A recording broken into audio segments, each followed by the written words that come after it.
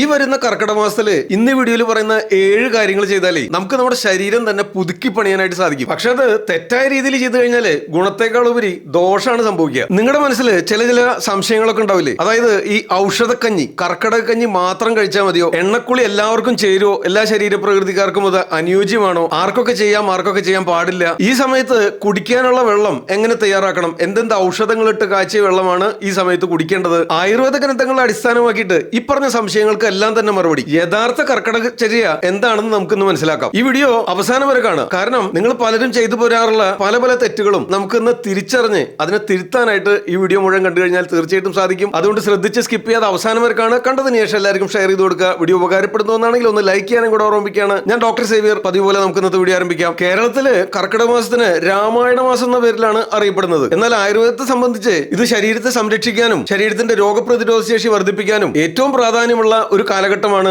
ഈ കർക്കിടക മാസം. അപ്പൊ ഈ വരുന്ന കർക്കിടക മാസത്തില് ഇന്ന് വീഡിയോയിൽ പറയുന്ന കാര്യങ്ങളെല്ലാം ശ്രദ്ധിച്ച് കേട്ട് നിങ്ങളുടെ ജീവിതത്തിൽ പകർത്താനായിട്ട് ശ്രദ്ധിക്കുക. നമ്മുടെ ശരീരത്തെ നവീകരിക്കാനായിട്ട് അത് തീർച്ചയായിട്ടും സഹായിക്കുന്നതായിരിക്കും. മഴ ശക്തമായിട്ട് പെയ്യുന്ന ഈ സമയത്ത് അന്തരീക്ഷം വളരെ തണുപ്പും ഈർപ്പും ഒക്കെ നിറഞ്ഞതായിരിക്കും. ജലദോഷവും ദഹനത്തകരാറുകളും വൈറൽ രോഗങ്ങളും സന്ധിവേദനയും ചർമ്മരോഗങ്ങളും അതുപോലെ തന്നെ പലതരത്തിലുള്ള അലർജികളും ഏറ്റവും കൂടുതലായിട്ട് കാണുന്ന ഒരു കാലമാണ് ഈ മഴക്കാലം, ഈ കർക്കിടക മാസം. അതുകൊണ്ട് തന്നെയാണ് ആയുർവേദം ഈ കാലത്ത് പ്രത്യേക രീതിയിലുള്ള ജീവിതക്രമം, ജീവിതശൈലി, ഭക്ഷണരീതികൾ പാലിക്കാനായിട്ട് നിർദ്ദേശിച്ചിട്ടുള്ളത്. ആയുർവേദ ശാസ്ത്രം അനുസരിച്ച് ഓരോരോ ഋതുക്കളിലും പ്രത്യേക രീതിയിലുള്ള ഭക്ഷണരീതികളും ജീവിത രീതികളും അനുവർത്തിച്ചു പോരാനായിട്ട് നിർദ്ദേശിച്ചിട്ടുണ്ട്. അത് നമ്മുടെ രോഗപ്രതിരോധ ശേഷി വർദ്ധിപ്പിക്കുന്നതിനും രോഗാതുരതകളെ അകറ്റി നിർത്തുന്നതിനും തീർച്ചയായിട്ടും സഹായകരവുമാണ്. ഈ വിഷയത്തെ ഋതുചര്യ എന്ന അധ്യായത്തിലാണ് ആയുർവേദ ശാസ്ത്രങ്ങളിൽ, ആയുർവേദ ഗ്രന്ഥങ്ങളിൽ പ്രതിപാദിച്ചിട്ടുള്ളത്. കർക്കിടക മാസം പ്രധാനമായും കേരളത്തെ സംബന്ധിച്ച് പ്രത്യേകിച്ചും മഴക്കാലമായിട്ടുള്ള വർഷ ഋതുവിലാണ് ഇത് വരുന്നത്. ഈ സമയത്ത് അന്തരീക്ഷത്തിലെ തണുപ്പ് കൊണ്ട് വാതദോഷം ശരീരത്തിലെ അമിതമായിട്ട് വർദ്ധിക്കുന്നുണ്ട്. പിത്തദോഷത്തിലും അതിന്റെ സഞ്ചയാവസ്ഥയിലായിരിക്കും. അതുപോലെ തന്നെ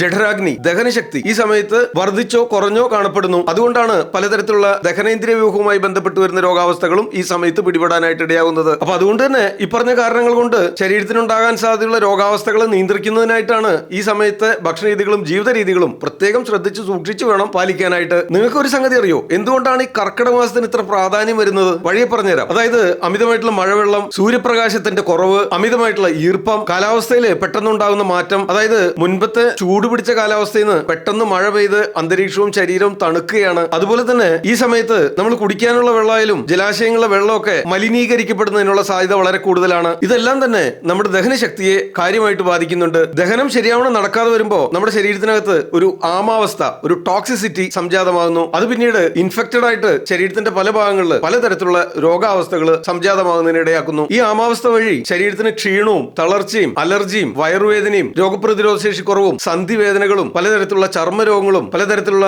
ദഹനേന്ദ്രിയ വ്യൂഹ പ്രശ്നങ്ങളും അനുഭവപ്പെട്ടേക്കാം. ഈ സമയത്ത് എല്ലാവരും പൊതുവെ തയ്യാറാക്കി കുടിക്കാറില്ല. നിങ്ങൾക്ക് എല്ലാവർക്കും അറിയാവുന്ന കർക്കിടക കഞ്ഞിയെ പറ്റി ഒന്ന് ചുരുക്കി വിവരിക്കാം. കേരളത്തിലെ ഏറ്റവും പ്രസിദ്ധമായ ഭക്ഷണമാണ് കർക്കിടക കഞ്ഞി. ഇത് വെറും കഞ്ഞിയല്ല, ഒരുപാട് ആയുർവേദ ഔഷധ ദ്രവ്യങ്ങളിട്ട് വേവിച്ചെടുക്കുന്ന ഒരു കഞ്ഞിയാണ്. അതുകൊണ്ടാണ് ഇതിനെ ഔഷധ കഞ്ഞിന്നും കർക്കിടക കഞ്ഞി എന്നൊക്കെ വിളിച്ചു വരുന്നത്. ഈ ഔഷധ കഞ്ഞി തയ്യാറാക്കാനായിട്ട് പരമ്പരാഗതമായി തന്നെ കേരളത്തിൽ ഉപയോഗിച്ചു വന്നിരുന്ന ചില ഔഷധ ദ്രവ്യങ്ങൾ ഇതെല്ലാം തന്നെ ഈ മഴക്കാലത്ത് സുലഭമായിട്ട് ലഭ്യവുമാണ്. അതെന്തൊക്കെയാണെന്ന് നമുക്ക് നോക്കാം. ഈ ഔഷധക്കഞ്ഞി തയ്യാറാക്കുന്നത് ഞവരേരി കൊണ്ടാണ്. ഇതിൽ ചേരുന്ന മറ്റു ചേരുവകള് ദശപുഷ്പങ്ങള്, ചുക്ക്, കുരുമുളക്, തിപ്പലി, ഉലുവ, ജീരകം, വരട്ടുമഞ്ഞള്, വെളുത്തുള്ളി, തേങ്ങാപ്പാല് ഇതൊക്കെ ചേർത്താണ് പൊതുവെ തയ്യാറാക്കി വരാറുള്ളത്. ഇതിന്റെ ഗുണങ്ങൾ എന്തൊക്കെയാണെന്ന് പരിശോധിച്ചാല് ഇത് ദഹനം മെച്ചപ്പെടുത്തുന്നതിന് സഹായിക്കുന്നു, ശരീരത്തിന് ബലം നൽകുന്നു, ശരീരത്തിന്റെ രോഗപ്രതിരോധ ശേഷി വർദ്ധിപ്പിക്കുന്നു, ശരീരത്തെ ശുദ്ധീകരിക്കുന്നു, നവീകരിക്കുന്നു, ക്ലൻസ് ചെയ്യുന്നു, ശരീരത്തിൽ ഈ സമയത്ത് വർദ്ധിക്കാൻ സാധ്യതയുള്ള വാതദോഷത്തെ ശമിപ്പിച്ച് നിയന്ത്രിക്കുന്നതിന് സഹായകരമാകുന്നു, മഴക്കാലത്ത് അനുഭവപ്പെടുന്ന ക്ഷീണവും തളർച്ചയും ഒക്കെ ഇല്ലാതാക്കുന്നതിന് സഹായകരമാകുന്നു. ഇതൊക്കെയാണ് കർക്കിടക കഞ്ഞി പതിവായിട്ട് സേവിക്കുക വഴി നമ്മുടെ ശരീരത്തിന് പൊതുവായി ലഭിക്കുന്ന ഗുണങ്ങൾ. എന്നിരുന്നാലും അമിതമായിട്ട് പ്രമേഹ രോഗമുള്ളവരും എന്തെങ്കിലും വൃക്ക രോഗങ്ങളുള്ളവര് അതല്ലെങ്കിൽ മറ്റെന്തെങ്കിലും രോഗാവസ്ഥകൾക്കായിട്ട്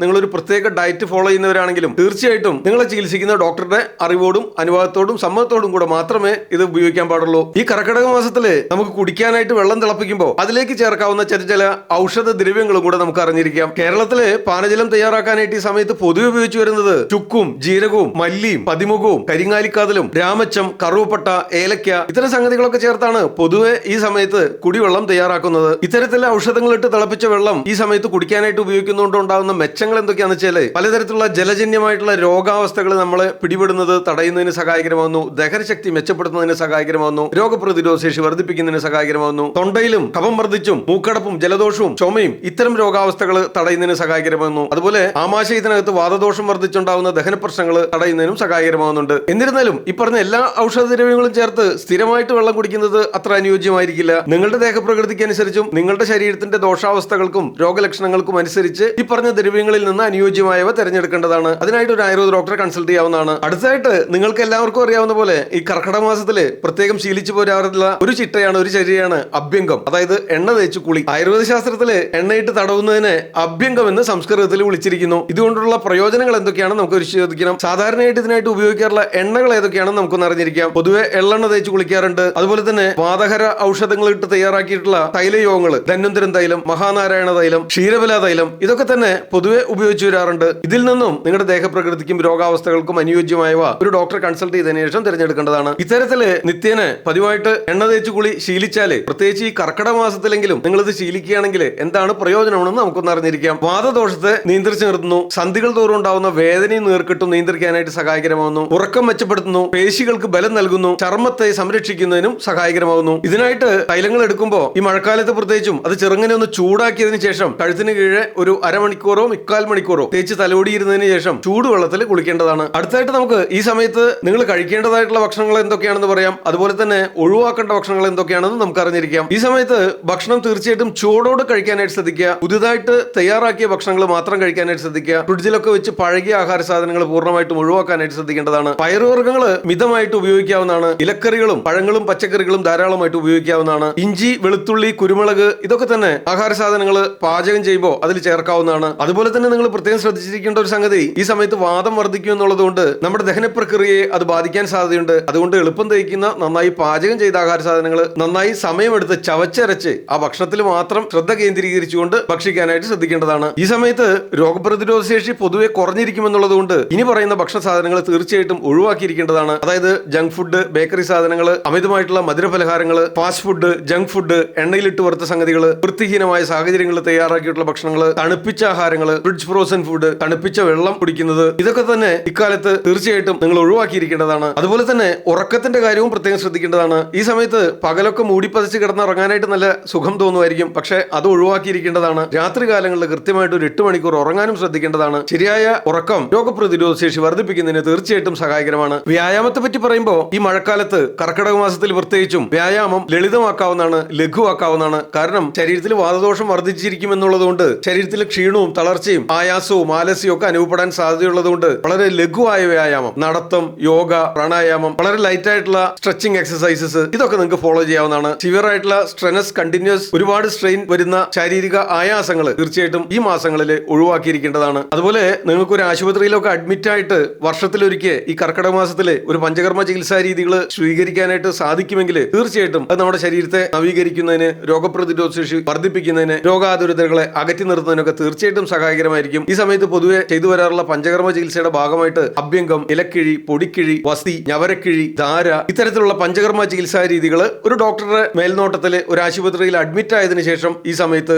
ചെയ്തു പോരാറുണ്ട്. കാരണം ഇത് പരിപൂർണ റെസ്റ്റോടുകൂടി ചെയ്തു വരേണ്ടതാണ്. കൂടുതൽ കാറ്റടിക്കുക, മഞ്ഞുകൊള്ളുക, വെയിലേൽക്കുക, യാത്രകൾ ചെയ്യുക, ഇതൊക്കെ തന്നെ ഒഴിവാക്കി പരിപൂർണ വിശ്രമത്തോടു കൂടെ മാത്രമേ പഞ്ചകർമ്മ ചികിത്സകൾ സ്വീകരിക്കാനായിട്ട് പാടുള്ളൂ. അതല്ലാത്ത പക്ഷം അത് ഗുണത്തെക്കാളേറെ ദോഷം വരുത്തി വെക്കാനായിട്ട് സാധ്യതയുണ്ട്. ഈ പറഞ്ഞ എല്ലാ പഞ്ചകർമ്മ ചികിത്സാ രീതികളും കൂടെ ഒരാൾക്ക് പ്രയോഗിക്കുകയല്ല ചെയ്യുന്നത്. നിങ്ങളുടെ പ്രായം, രോഗാവസ്ഥകൾ, ദേഹപ്രകൃതി, ശരീരബലം എല്ലാം കണക്കാക്കി മുകളിൽ പറഞ്ഞ പഞ്ചകർമ്മ ചികിത്സാ രീതികളിൽ നിന്ന് അനുയോജ്യമായവ തിരഞ്ഞെടുക്കുന്നു. അടുത്തായിട്ട് നമുക്ക് ഈ കർക്കിടക മാസത്തില് നമ്മുടെ ഈ ശുദ്ധി ചികിത്സയ്ക്ക് ശേഷം ശരീരത്തെ നവീകരിക്കുന്നതിന്, ശക്തിപ്പെടുത്തുന്നതിന് സഹായകരമായ രീതിയിൽ പതിവായിട്ട് ഉപയോഗിച്ചു പോരാറുള്ള ചില രസായന ഔഷധങ്ങളെ പറ്റി ഒന്ന് പ്രതിപാദിക്കാം. ഈ സമയത്ത് പതിവായിട്ട് കഴിക്കാറുള്ള ലേഹ്യങ്ങള് ചവനപ്രാശം, അശ്വഗന്ധാദി ലേഹ്യം, നരസിംഹ രസായനം, ബ്രഹ്മരസായനം, ഇതൊക്കെ പൊതുവെ ശീലിക്കാറുണ്ട്. രോഗാവസ്ഥകൾക്കും നിങ്ങളുടെ ദേഹപ്രകൃതിക്കും അനുസരിച്ച് അനുയോജ്യമായവ തിരഞ്ഞെടുക്കും. അതുപോലെ തന്നെ അശ്വഗന്ധാരിഷ്ടം, അമൃതാരിഷ്ടം, ദശമൂലാരിഷ്ടം, ഇവയൊക്കെ ഒരു ഡോക്ടറുടെ നിർദ്ദേശാനുസരണം ഉപയോഗിക്കാവുന്നതാണ്. ഈ ശരീരത്തെ നവീകരിക്കുന്ന പോലെ തന്നെ ഈ സമയത്ത് നമ്മുടെ മനസ്സിനും ശാന്തത ലഭിക്കേണ്ടതാണ്. അതുകൊണ്ടാണ് ഈ സമയത്ത് രാമായണ മാസമായിട്ട് ആചരിക്കുന്നത്. മറ്റു കാരണങ്ങളും ഉണ്ടായേക്കാം. രാമായണ പാരായണം, അതല്ലെങ്കിൽ